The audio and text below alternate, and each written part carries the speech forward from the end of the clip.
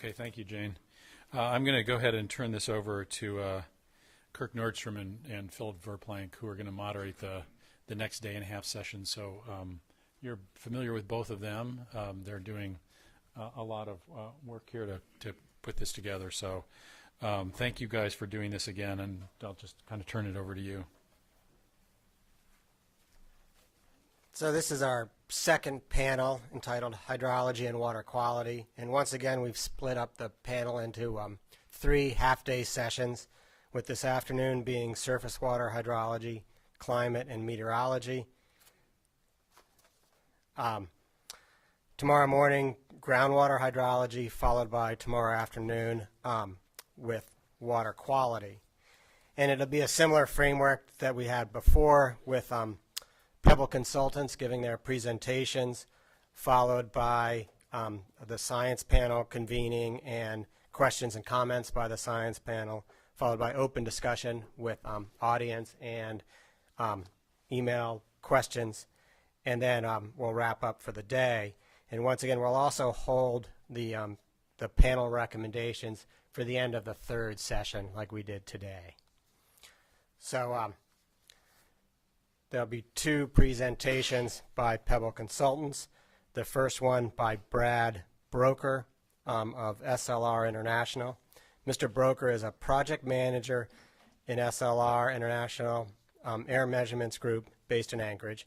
He manages the daily operations of air quality and meteorology monitoring programs for the Pebble project. He holds a Bachelor of Science in Chemistry from Pacific University. He has over 20 years experience in environmental monitoring and quality assurance programs. Prior to joining SLR International, Mr. Broker managed the daily operations of public health air monitoring program for the state of Idaho, and at one time served as the state of Idaho air monitoring program quality assurance auditor. The second presentation will be by Jamie Cathcart. Dr. Jamie Cathcart is a professional engineer, is a civil engineer with a doctorate in hydrology from the University of British Columbia. He has practiced for over 20 years as a consulting engineer for Knight Piesel, and he's still with Knight Piesel on this project, primarily serving the mining and hydroelectric industries. He's been a hydrologic technician lead for the Pebble projects since 2004. And so as we're going with these sessions, we're starting with climate meteorology, the precipitation hitting the land, surface water hydrology, and then groundwater hydrology, and followed by the water chemistry. So sort of following the water cycle here. So without further ado, here's Brad.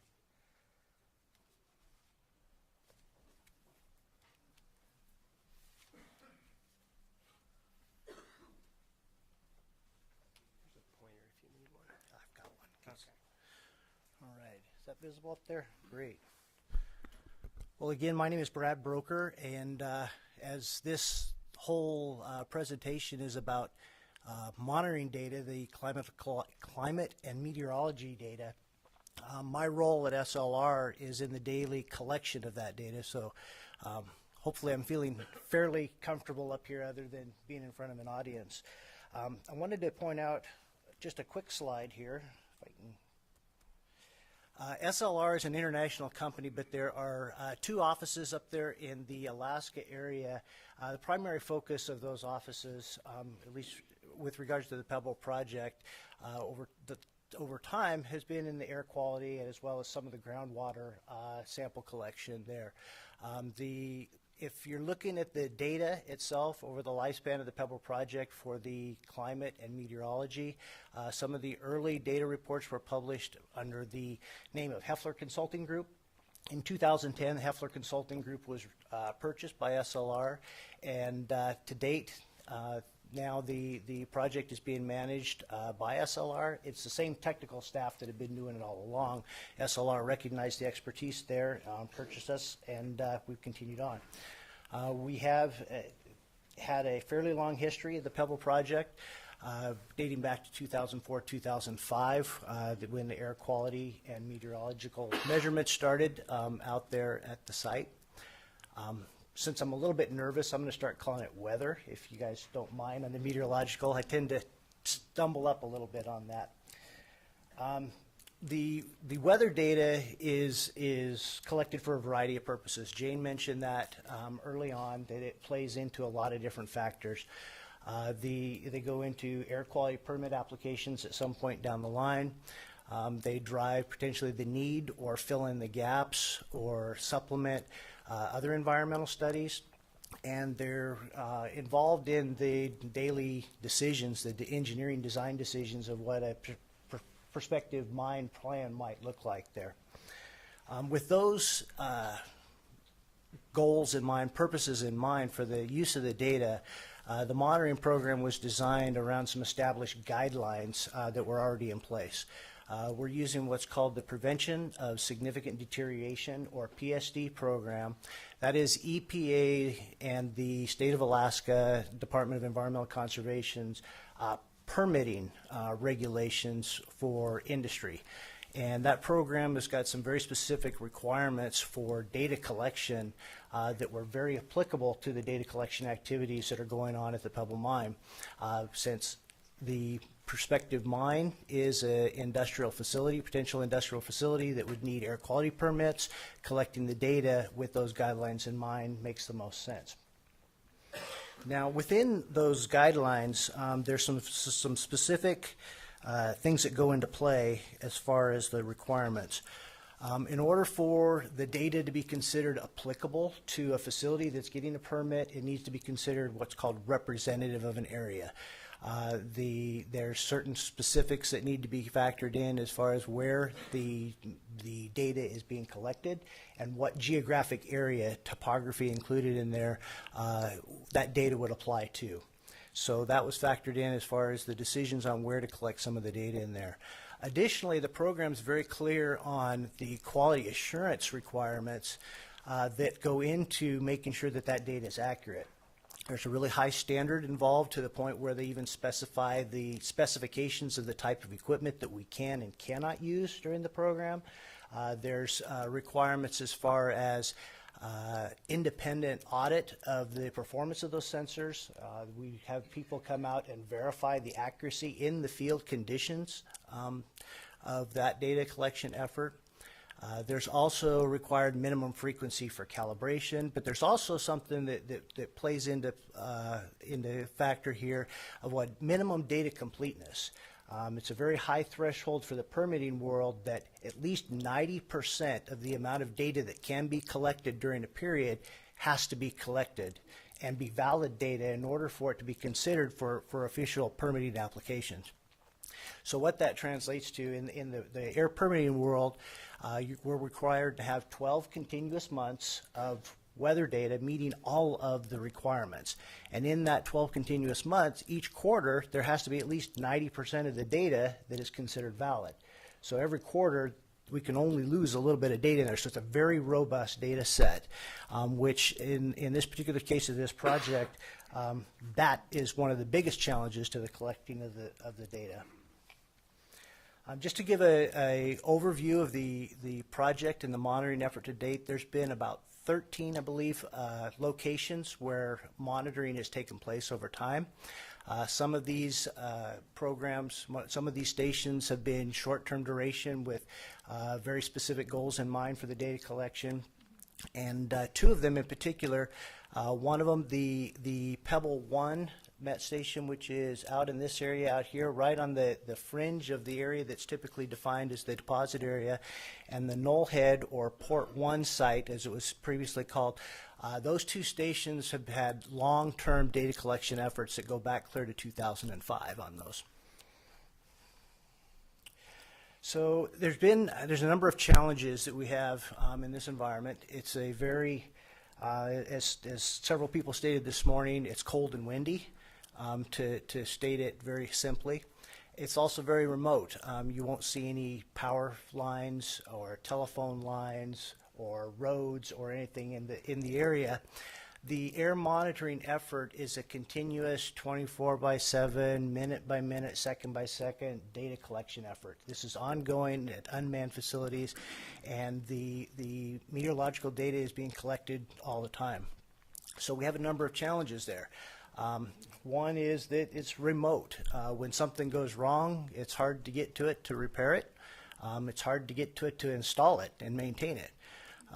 We have no way of really checking in on the station just by walking over and seeing how the measurements are going, short of getting out there. And then this picture here on the right-hand side has grown legs and is shown quite a bit by a lot of different people of the challenges that the weather offers us in collecting data on the weather itself. So some of the things that we've put into place here is we actually have on-site remote power generation ability so that we can, you know, power these instruments to collect them throughout the winter. I heard this morning reference to, in the context of some spill prevention, of breaches to dams and that sort of thing, of having redundant plans. Well, that was exactly our answer to some of the weather issues and some of the ways that we deal with the quality assurance measurements. The weather is really harsh on these instruments, and sometimes they fail. And we've implemented redundant measurements, and oftentimes we use multiple types of instruments of different techniques for the measurement that are prone to different failures. And so in some cases, so in some cases, like this example that we have here, icing, the two instruments right here on the top of this are wind direction and wind speed measurements. It's pretty hard for them to collect valid data when they're encased with multiple inches of ice. However, right here we have a sensor of a different type that you can clearly see is completely ice-free and collecting valid data throughout that. So we've implemented some innovative things there, partly due to the conditions that we experienced and then tried to figure out how to deal with that the next time, and partly because of the folks that are involved in this data collection effort. And then one other thing that we've implemented because of the span between the monitoring stations and the base station in Iliamna and to Anchorage is we've got a fairly sophisticated radio-based communication system that helps us collect the data real time. It's pulled back to Anchorage. We review it on a fairly continual basis because if we don't, when these events that ice up and cover everything up, when they happen, if we're not checking on a frequent basis, we lose so much data we don't meet our 90% requirement to collect data there.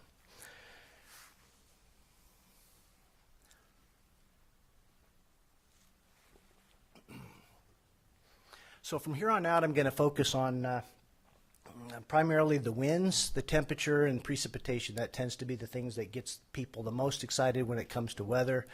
Most people tend to focus on that during the conversation. What we're showing here on the slide is data overlaid over the top of a map from 3 different wind stations that were collecting data up through 2008. We've got the Pebble 1 station up here, and the Pebble 5A and Pebble 4 down here. And they were installed for different purposes, and they're in different exposures.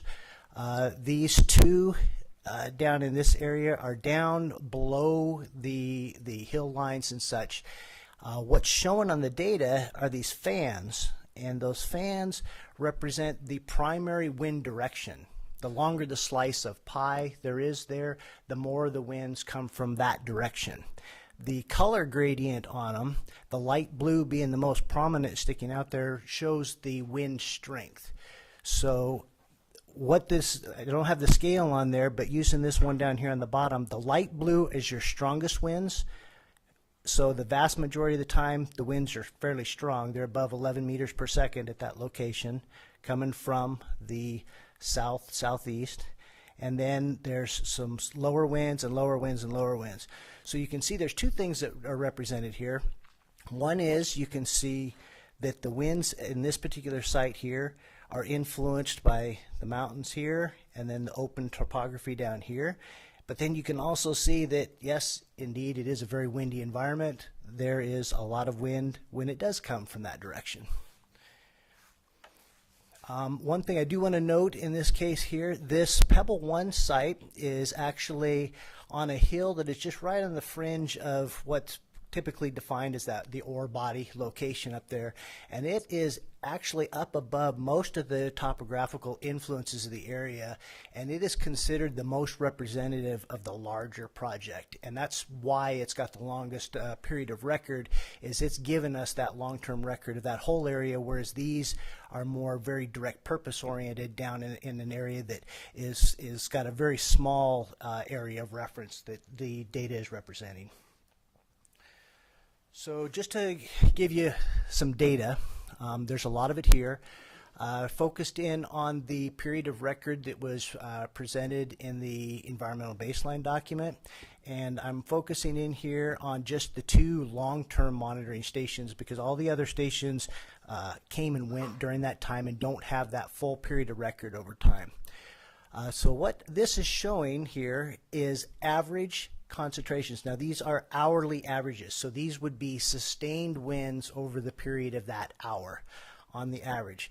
I'm showing them in meters per second here, as well as a maximum in miles per hour, and you'll see later on in the presentation that I'm doing that deliberately.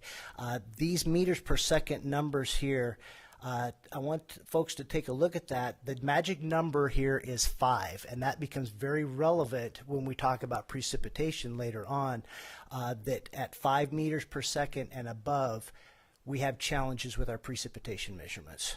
So you'll see here, over time, any given moment at the Pebble 1 station, everything is over that 5 meter per second range. Now we also see, this is the thing that amazes most folks that aren't familiar with the project and been out there, is you see these maximum mile per hour. Again, this is sustained winds. So we have seen in this period of record approaching 90 miles an hour sustained winds in that area out there. At the port, what jumps to mind here immediately is it's not as windy. We're still in that 5 meter per second range, except for during the summertime time there. And the sustained winds are a little bit more balmy. I don't know if balmy is the right word, but it's definitely not quite as windy there. Now, if you want to talk about extremes, what I'm showing here, the top row is your sustained winds, and the bottom row is your gusts. Now these gusts are even averaged out, because most of your gusts, as you know, when you're hit with a gust, it's fairly short term. It's about 3 seconds, 4 seconds kind of duration on those. This is limited to the measurement cycle at the station, which is oftentimes 10, 20 seconds. So sometimes the gusts are even beyond what this is. You can see at the Pebble 1 area in February of 2008, we measured a gust exceeding 120 miles an hour. And of note, it's not shown on here, it's outside the period of record, but last fall in November, when that storm of the century came through, we lost the Knollhead Port 1 weather station, and the last measurement that was recorded was in excess of 140 miles an hour at the point that that storm hit. So it can be very challenging, and that's why we are doing the measurements. And you'll see that for the most part, with a few exceptions, all of these are winter time dates that are taking place. So speaking of wintertime, we'll talk a little bit about the temperatures. Everybody has alluded to that, yes, it is cold and windy out there. We end up with record lows in the minus 31 range. The highs that have been seen are typically, early low 70s out at the deposit area. It's a little bit warmer out at the port area along Iniskin Bay, and it also doesn't get quite as cold. The marine influence there is tempering that weather pattern a little bit. If you were to overlay this minus 31 degrees with the 90 mile an hour sustained winds, although it didn't happen at the same time, you're talking a wind chill factor approaching 90 below at that point. So not only is it cold and windy, it's really cold and windy. So moving on to the precipitation data, this period of record is showing from 2009 and 2010. And what is very relevant here is validation of what most folks that have been out in the area know. July and August, it rains, and in the wintertime it snows. So you can see the maximum amount per day. We range anywhere from, 0.3 inches, a little bit on average, on up to, in the case of the port, out in this area, we exceed 2 inches, approaching 3 inches of precipitation on a given day on the maximum level. Now, what this doesn't represent, I want to spend a little bit of time talking about, are some of the limitations. On the earlier slide on the wind speed, I talked about the 5 meter per second threshold. Precipitation measurements are one of the most challenging. It's actually not part of the EPA PSD permitting process for the air quality permits. It's extra data that we're collecting, and Jamie Cathcart will be going into a little bit more on the usefulness of that. This has been one of our most challenging pieces of data to collect out there because of that. Those wind speeds at the Pebble 1 approach and reach over there, they go over the 5 meter per second. Precipitation is measured by a sensor that is typically surrounded by some sort of a wind shield that no matter how well you design, the idea there is that that wind shield tempers the wind a little bit to allow the precipitation to actually drop into the gauge and be measured. And when you get those high wind speeds, no matter how well designed your windshield is, you still end up with some low catch efficiency. So the data doesn't truly represent all of the precipitation that's being measured. Also, one of the issues with the precipitation is it's very influenced by the topography. The winds and the places where we measure the data, it tends to be a lot more representative on a macro scale level, whereas precipitation can change quite a bit.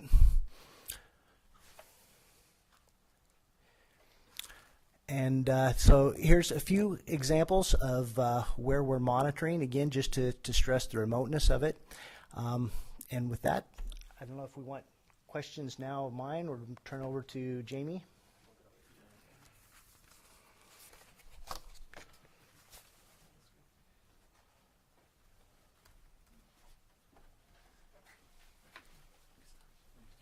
Yours up for you, Jamie.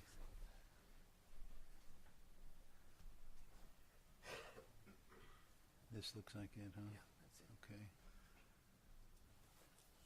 There we go.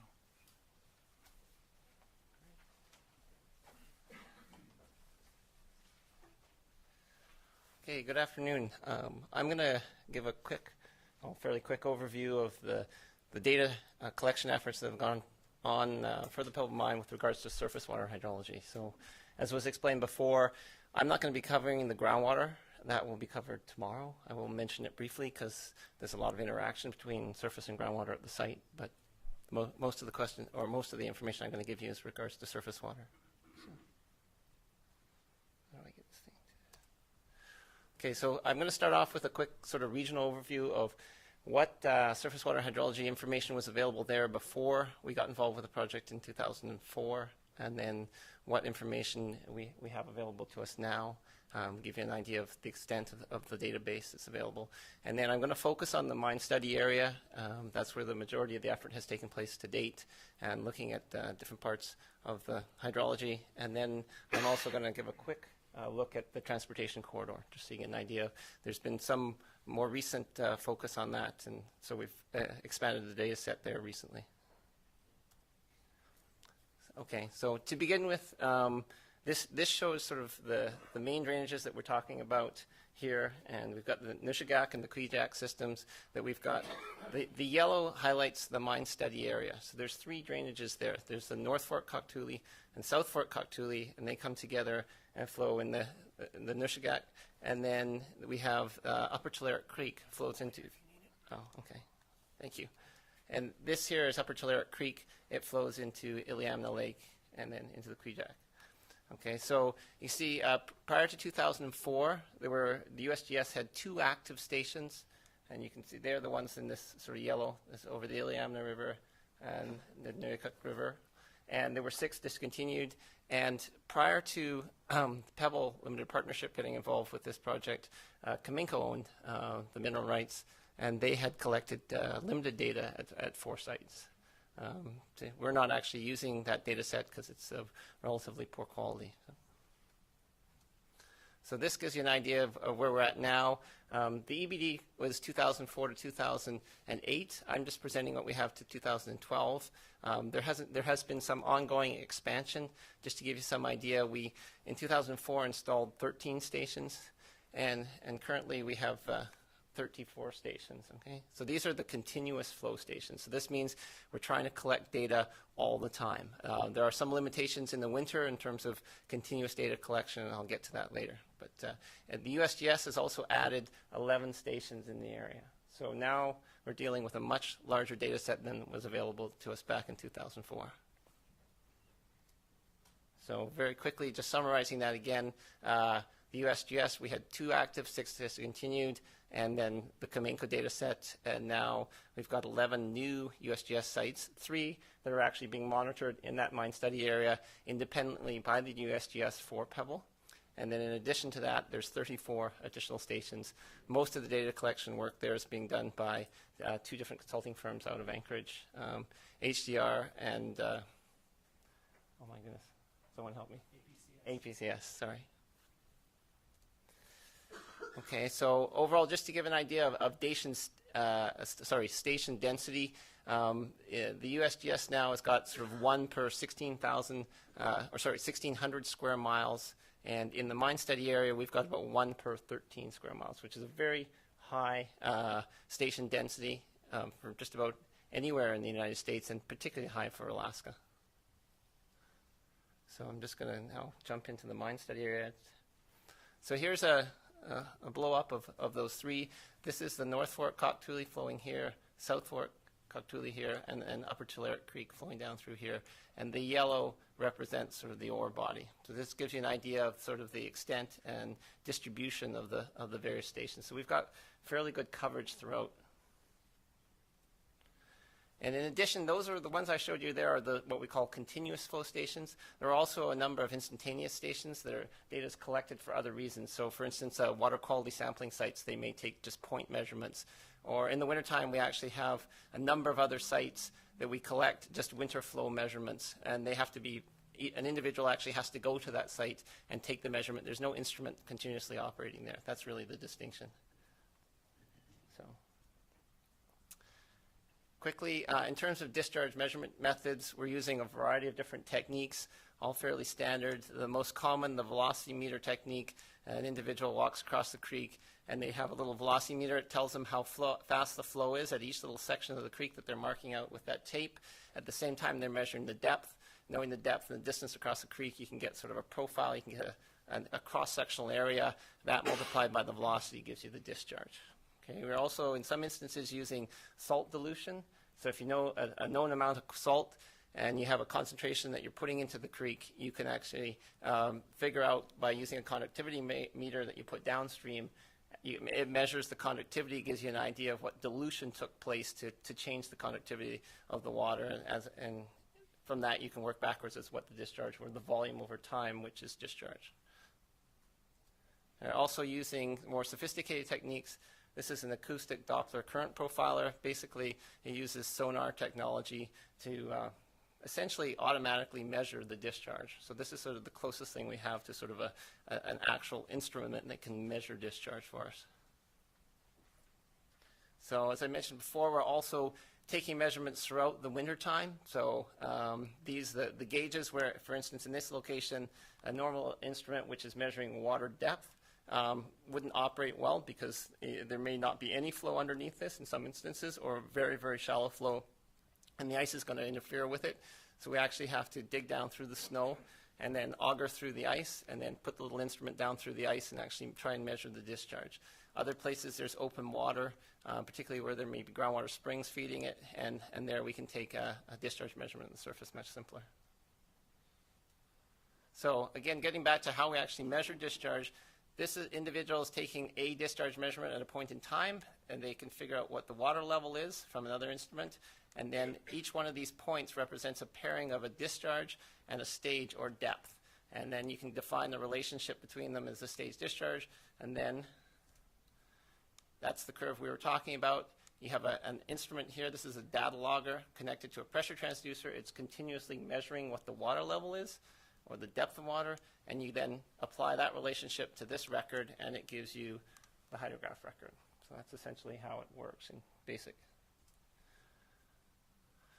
So this is a typical hydrograph for the mine study area, and you can see essentially that this is, we've got in the fall period, we get the rains, it turns to snow, and you'll see we get fairly high flows during the fall period, and the flow drops very low in the wintertime. It's all really being fed by groundwater because all the precipitation is falling as snow.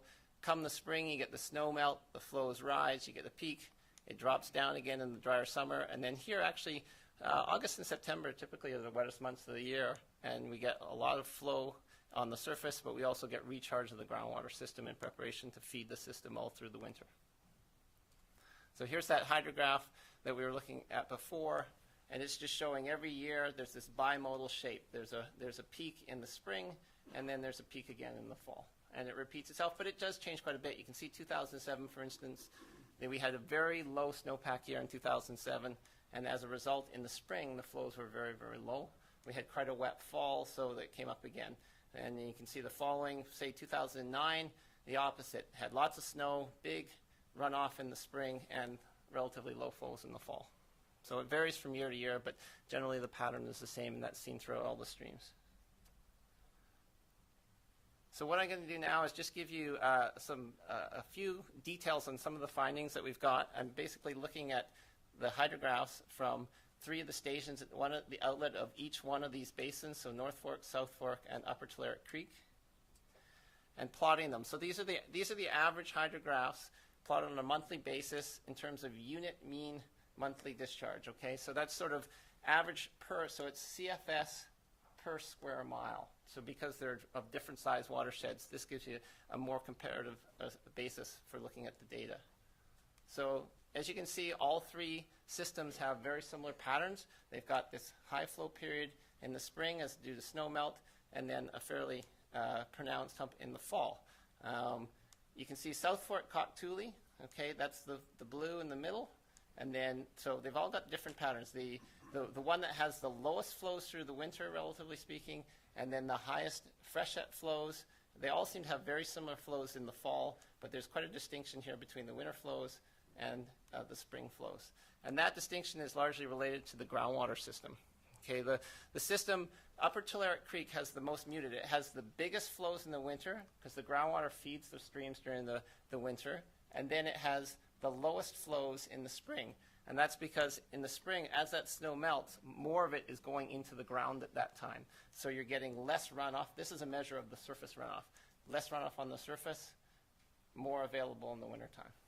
And the other thing to note down here in terms of comparing the unit runoff, so this is just converted, if you take the discharge over a year and multiply it by the number of seconds in a year, you get a volume discharge divided by the drainage area, and it gives you a depth. So in Iliam, the mean annual precipitation measured there is about 27 inches. We know from Brad's talk that, in fact, that's probably a little bit low. It's probably a little higher than that. Nonetheless, at the site, we're seeing runoff that's in excess of that, and this, keep in mind that there's all the precipitation that falls on a site does not run off. Some of it is lost to evapotranspiration, right? So proportionally, we would know that there's more, we would know that there's more than 30-odd inches of precipitation at site. Even if our climate stations are measuring somewhere in the order of 35, 36 inches. But we know that actually in certain areas, there's a lot more than that. Because we also have measured runoff from a variety of the little sub-basins that are showing, 45, 50 inches of runoff, which is telling us that our precip in those sites and snow accumulation are in excess of 50, probably 60 inches of precipitation or more. So the other thing to note here is it shows that these 3 are all very similar, 33 inches, 32, and 31. In reality, as I'll get to shortly, the South Fork Cock-Toolie is actually the wettest watershed because there is some groundwater transfer from the South Fork into Upper Tulare Creek. So there's about 4 inches that comes across. So this has probably got more in the order of 37 inches, and this is more in the order of 27 inches, but there's a 4-inch transfer of water between those 2 watersheds.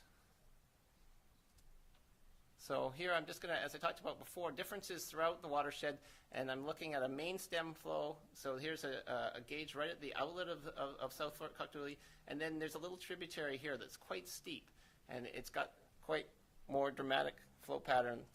So here you go. Those are the two systems for the same time period. The main stem one has got higher flows, relatively speaking. Again, it's on unit discharge. Relatively speaking, it's got more flow in the wintertime, but a much smaller peak in the spring and a smaller peak in the fall. It's actually a much drier watershed overall than this little tributary, which is very steep. And you can see down here, South Fork Cuctuli, the main stem, 33 inches of runoff. This little tributary, 45 inches of runoff. So there's a lot of localized variation throughout.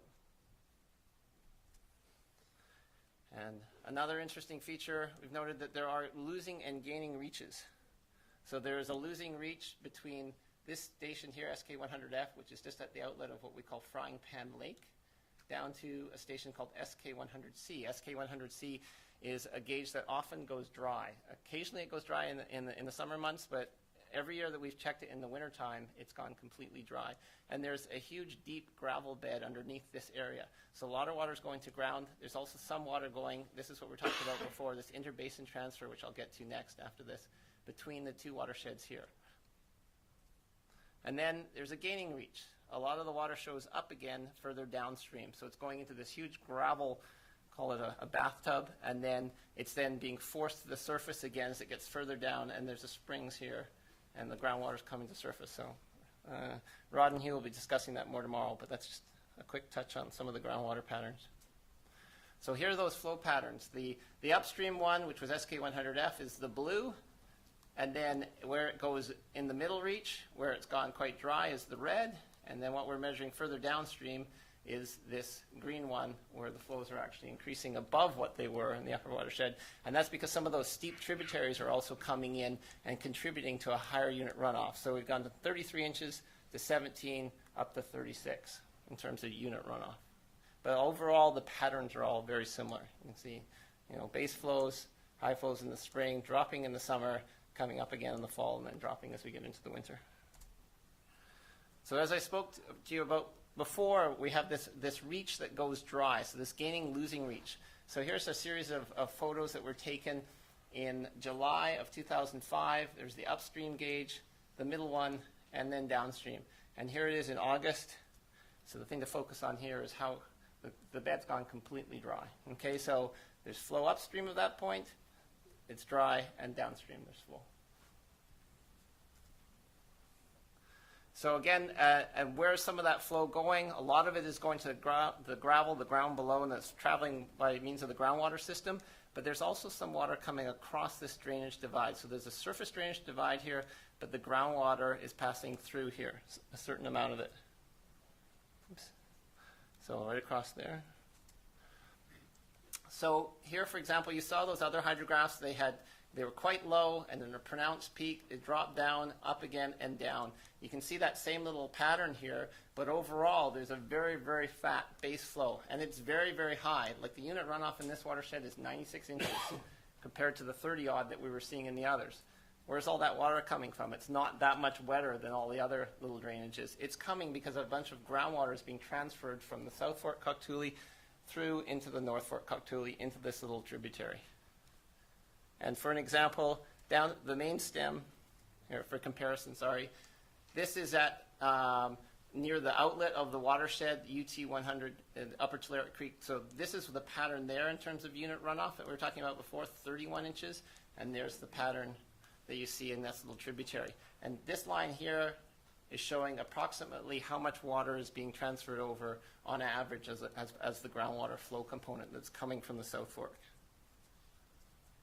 So here, and then this is another piece of the evidence. So typically you would expect in May to have much higher flow in a creek than in February, as we saw those patterns, right? The spring, May period here, we thought, oh, it's the high flow period. But in that year, keep in mind that 2007 is a little unusual because it had a very low spring flow period because the snowpack was so little. So typically this would be about 30 CFS, but still the change from May to February is much more pronounced than any other system that we've looked at. So this is now more evidence to support this idea that this water is coming from somewhere else, not from within the basin. So to quickly summarize, we have similar hydrograph patterns in all three basins with the bimodal spring and fall peaks and the very low winter flows. And then we have similar unit runoff, although the South Fork Cuck-Tooly tends to be the wettest, then the North Fork, and then Upper Tulare Creek. The unit runoff is generally higher than the Liam precipitation, as we would expect, because the runoff is showing higher. The unit runoff is higher, so the precipitation itself must be much higher than that. Orographic influences and localized effects. That little drainage had sort of 45 inches of runoff as opposed to 33 or 32 in the main stem. So orographic just means that there's topographic effects. The precipitation patterns are changing throughout the drainages. And the other thing is that there are fairly major surface groundwater interactions throughout all the watersheds. So the groundwater plays a really big role in the surface flows in these drainages. So two key components of the studies that we're involved with is one is sort of really getting a handle on the low flow conditions and also on the peak flow conditions, which are required eventually for all sorts of studies, from fisheries to engineering. So the characterization of the late winter low flow conditions, we've taken measurements in March at an additional 26 sites. So as I mentioned before, we have all these continuous flow stations around the site, but we've also got a whole bunch of additional ones where we go in and take a point measurement in time, and in the wintertime that helps us with. In addition to that, we have these open water surveys where they fly the site and get an idea of what sections of the stream are remaining open or free of ice throughout the winter, which then helps with the groundwater modeling, because the reason that they're open is because the water is warm. The reason the water is warm is it's coming out of the ground. So here's an example of an open water survey, and we'll just zoom in on a little piece of it here. So the blue is where the water is open, and the yellow is where there's no flow at all. So in this year, which was 2008, you can see that stretch right down through here. SK100C was that gauge that I showed that went completely dry in the summer. It goes every year so far, anyways, it's been consistently dry in the winter. And that reach extends quite a ways upstream. You'll also see, in Upper Tulare Creek, which is the creek that had the largest base flow component, so I talked about it having the greatest contribution from groundwater, it has the greatest reach length that's ice-free. The USGS operates they operate one station on each one of these systems. The two that they do operate here, the one on South Fork Cuck-Tooly and one on Upper Tulare Creek, are both in these ice-free zones, so they operate their gauges throughout the wintertime. So that helps us. If we take point measurements at other places that perhaps are ice covered and we have to get through the ice, we can correlate those measurements with the measurements that the USGS have, and that helps us sort of to fill in the gaps and fill in the winter hydrograph. So basically, we did a little assessment for the EBD, the 2004 to 2008 period. We compared the regional and site-specific low flow values. So the USGS publishes regional low flow equations. Again, the regional database in which those equations are based is pretty limited.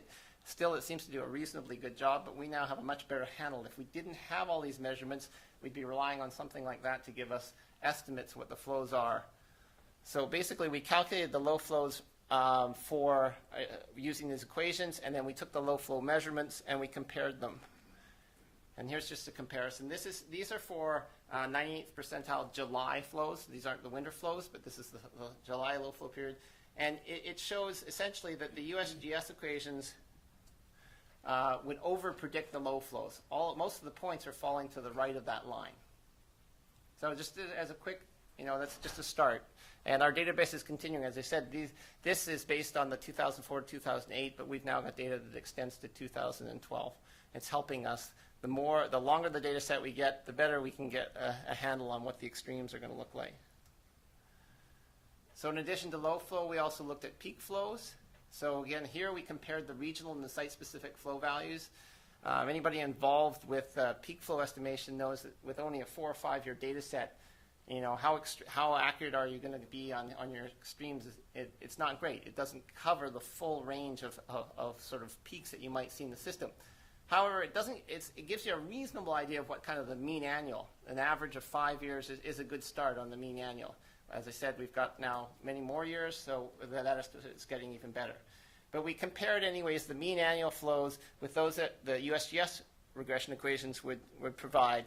And it shows up similar to the other plot we've got now. In this case, all our points are falling essentially above the line, was just showing that the USGS equations would underpredict the peak flows. So they sort of overpredicted the low flows and underpredicted the peak flows. But having the site-specific information allows us to get a better handle on things. You can also see quite a range in terms of how far the points stray from the line. So this SK119A, which is this little point over here, is saying the USGS equations would predict something, call it 130 CFS, and we measured something in the order of 700. Okay, that's that little tributary that's very steep that has a very, very high runoff that comes out of it.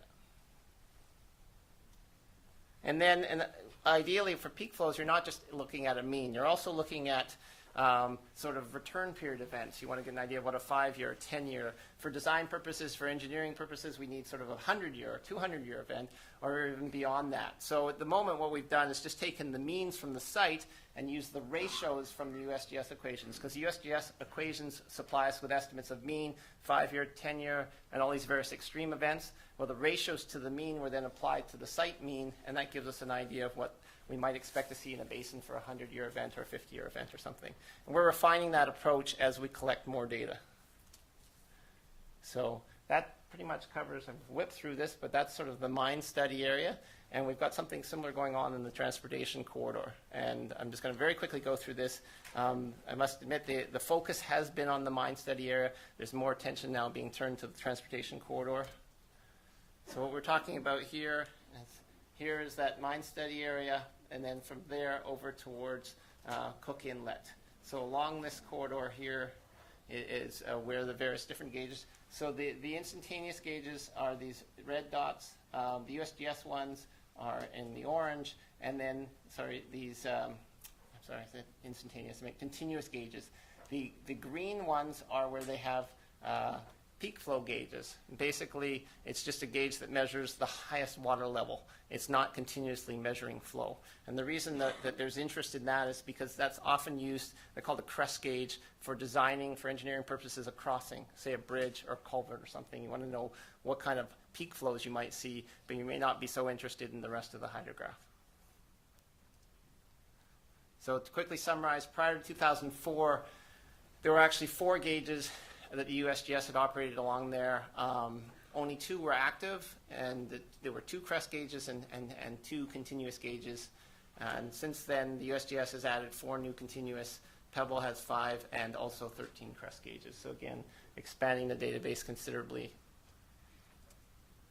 And just to get an idea of what's going on there, we don't have nearly the same data set that we have at the mine study area, but there is a real change in the physiography as you move there, and that's related to the flow. And we've got sort of hills over at the mine site, then it goes into sort of lowlands, mountains, and oceans.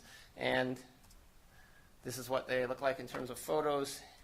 And the runoff that we're getting from the gauges that we've seen so far is sort of, again, back to that 33 inches in the South Fork Cocktooley. You get in the lowlands just east of Iliamna, and you're seeing Roadhouse Creek there has got about 18 inches of runoff. And then the Iliamna River over towards the coast and the mountains, it's much, much wetter there, and you're seeing runoff in the order of 95 inches, just to give an idea. So there's a huge gradient as you're going from the mine site over towards the port. And again, this is just an example. Again, this is a figure that was showing the precipitation contours that are available based on a study. But again, this was done back in 1994. Very limited information. The yellow and red here, they represent lines of sort of equal precipitation. So you can see a strong gradient here as you're heading out to the coast, going 30, 40, 60. So at the mine site, that's a pretty big band in there with a lot of unknowns, saying 30-odd inches. And there's our road corridor, passes right along our transportation corridor. So in terms of mean annual runoff, we've gone from 33 to 18 to 95 across that. So we know that there's a big gradient, and we're collecting more information as we go so we can get a better handle on what kind of conditions we're going to deal with in the transportation corridor. These are the shapes of those hydrographs that correspond to those 3 measurements. You can see South Fork Cocktooley at the mine site is this green, what we're talking about before, with relatively high base flows because there's the big groundwater component on site, the spring freshet, down in the summer, and back again in the fall. If you then go to Roadhouse Creek down near Iliamna, they don't get nearly as much snow, so they have a relatively small freshet. Can you get closer to the mic? Oh, sure. Okay. Sorry. And then they actually, as a proportion, again, this is based on the ratio of the monthly flows to the annual flows. So these aren't, we're not comparing apples with apples. We're just actually looking at the shapes for each one relative to its own mean annual flow. But they have much relatively higher flows in the streams down near Iliamna in the fall than they do in the spring. And then you can see over on the coast, which is the blue Iliamna River, it's the opposite. They get much higher flows in the spring relative to the fall. And this is just showing how the USGS had partitioned the different hydrologic zones in the area of the mine study. And as you're running along the transportation corridor from the mine towards Cook Inlet, it passes over 2 different sort of zones. It goes from zone 4 to zone 3, so there's different sets of equations. But we're working to sort of refine those equations because they're quite coarse, because they're based on a very limited data set that was available at the time that those studies were done, and our data set's far more extensive. So that's really what I'm saying here. The values and estimation procedures will be updated as we collect more site-specific information. And that's it. So. All right. Thank you. So we'll take a 15-minute break right now, and then we'll reconvene with the panel.